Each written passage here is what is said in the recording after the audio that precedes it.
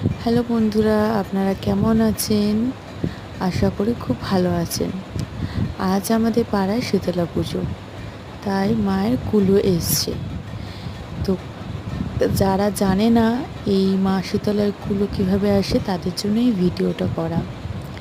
তো পুজো আরম্ভ হওয়ার আগে এই কুলো প্রত্যেকটা গলিতে গলিতে যাওয়া হয় এবং সবাই জল এবং সিঁদুর পরিয়ে মাকে বরণ করা হয়। যতক্ষণে এই কুলো মায়ের মন্দিরে গিয়ে পৌঁছাবে ততক্ষণ পুজো আরম্ভ হবে না। এই কুলোকে বরণ করার পর প্রত্যেকটা মহিলারা একে অপরকে সিঁদুর পরায় এবং মাকেও সিঁদুর পরানো হয়। এই কুলো মন্দিরে পৌঁছালে ঠাকুরমশাই পুজো আরম্ভ করবেন মায়ের।